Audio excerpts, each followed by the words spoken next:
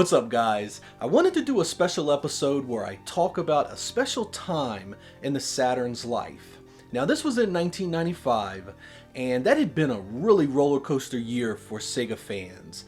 I mean, we had the surprise launch in North America, which at the very beginning was really exciting because it was like, wow, the Sega Saturn's out.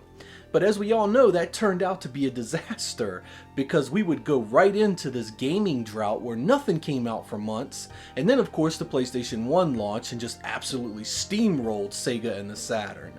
But at the end of 1995, we had the release of 3 games that for the briefest of time gave Sega fans a hope like you wouldn't believe.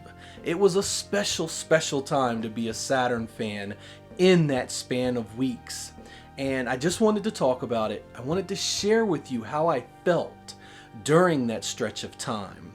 I really hope you enjoy the change of format here. Let's get started. As many of you guys know, I imported my Sega Saturn at the Japanese launch in late 1994. It had been an extremely expensive machine, but I had been excited for it for much of the previous year. As a major fan of the Virtua Fighter arcade machine, I had also just been dying to play the home version of that game. I hadn't been disappointed either. Virtua Fighter on the Saturn wasn't arcade perfect, but it played extremely well, and the Saturn was off to a fantastic start in its native country. In North America, Sega sprung the machine on an unexpected market in May of 1995. A release that even caught some retailers completely off guard. It had also launched expensive, retailing for $399 with Virtua Fighter as the pack-in. Those early days were quite different than the horror stories you read online, as the immediate excitement generated from the surprise launch lit the hardcore fans on fire. It was the talk of every game store in town, and Sega even had a host of launch games with the system that kept the hype going. Yeah, the few weeks following the surprise launch were epic, and we had ourselves a next-generation machine on the market with some very good games. Sega already won the battle with Sony and Nintendo in the hearts and minds of every Sega fan. Something happened once the initial wow factor of the launch passed, however.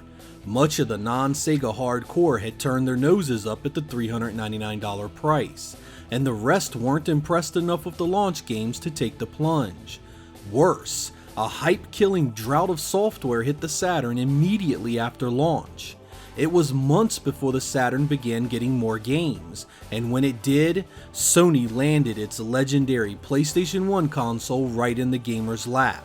It was cheaper and had all the media's praise, and its hype train easily ran Sega over, leaving the house that Yu Suzuki built utterly crushed. This was an intensely dark time for Sega fans such as myself. I had expected the Saturn's success in Japan to follow it over here, yet it was the exact opposite.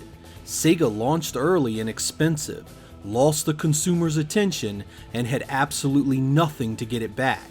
It looked as if the Saturn was in a full-on nosedive, and there was absolutely nothing any of us could do about it. It went on like that for a few months. Sony's launch was a huge success, and it was all you heard about in every magazine, arcade, and game store across the nation. Sega fans clung to every scrap of news of upcoming games, praying that Sega could right the ship and turn things around. Pictures and articles began to show more of the second wave of arcade ports for the machine, consisting of the Model 2 ports of Virtua Fighter 2, Virtua Cop, and Sega Rally. Tidbits of information began to circle that these ports looked and ran better than anything on the Saturn before them, instilling copious amounts of hope among the faithful. Sega was about to make all things right in the world again, and fans were eagerly anticipating the reckoning. Sega had understood that the North American market was in danger of being lost entirely, so there was no delay in getting the games out here.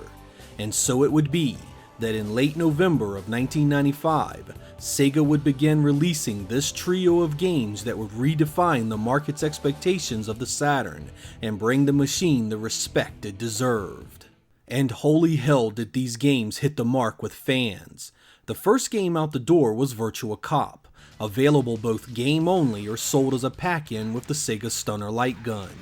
This port of the awesome Model 2 arcade game was spot on, and one of the first games to use the newly touted Sega graphics library that Sega had developed to ease the pain of working with the Saturn's complicated hardware. The port had to be cut back from the 60 frames per second of the arcade version, and the 3D models sported lower polygon counts, but everything else about the game was just about dead on perfect. It suffered none of the issues plaguing earlier Saturn games. It was always smooth, suffered no polygon glitching or dropout, and the Stunner light gun had made the gameplay damn near one-to-one to the arcade experience. It was everything I'd hoped it'd be, one part excellent port, and one part reason for consumers to be excited about the platform.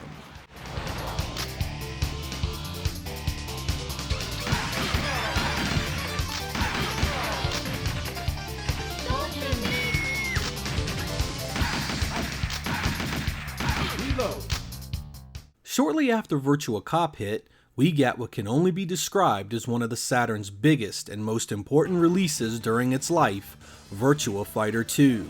Still one of the best looking games in the arcade at the time, the expectations that Virtua Fighter 2 carried with it were immense. Every Sega fan had seen the talk that the game ran at 60 frames per second and sported a higher resolution than the arcade, running at an astonishing 704 by 480, a mode that was unheard of at the time and the highest resolution possible from any home console at that point. The die was cast, and I was ready to see what this game had to offer, and deliver it did, boasting one of the best frame rates I'd ever seen in a fighting game, and a beautiful high-resolution screen filled with tons of color and detail. Picking my jaw up off the floor, I began to play, and thanking the gods above, Sega had delivered on the gameplay as well. It was a fighting masterpiece with a deceptively simple interface that looked and ran as good as any home game I'd ever seen. No, it wasn't arcade perfect in the slightest, as Sega needed to sacrifice the 3D backgrounds and lower the polygon counts on the characters to get the game where it needed to be. But the trade-off was well worth it, and the final product had done Sega fans proud. In my opinion, the Saturn in that moment had proven that it was an absolute beast, and now that it had the best game on the console market to call its own, it was truly ready to compete with the PlayStation.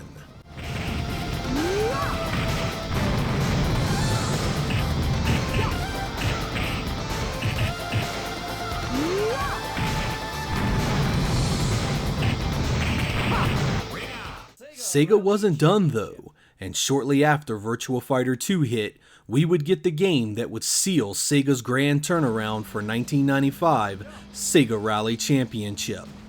Despite being a great game that was fun as hell, Daytona USA's home port had been used time and time again as a battling ram against the Saturn's hardware potential. The low frame rate and short draw distances had been all the proof gaming media outlets needed to claim the Saturn was an underpowered mess that Sega should be ashamed of. Sega Rally would turn that narrative on its head, providing both a smooth frame rate and draw distances that were much improved from the Daytona port.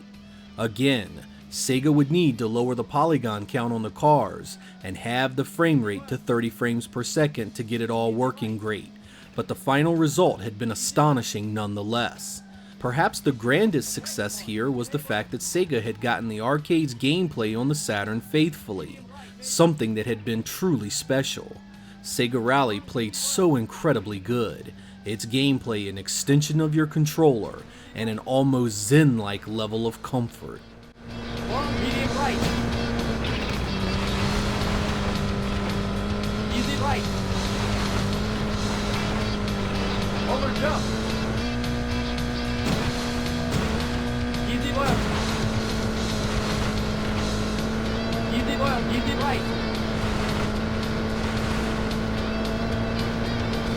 Very long easy. Virtua Cop, Virtua Fighter 2, and Sega Rally were the ports the Saturn both needed and deserved, and 1995 would close out with Sega riding high on three of the best home games made that year. It had been a hell of a roller coaster ride for Saturn owners in North America that year, but we had seen what the Saturn could do now, and we were ready for the winds of change to blow our way.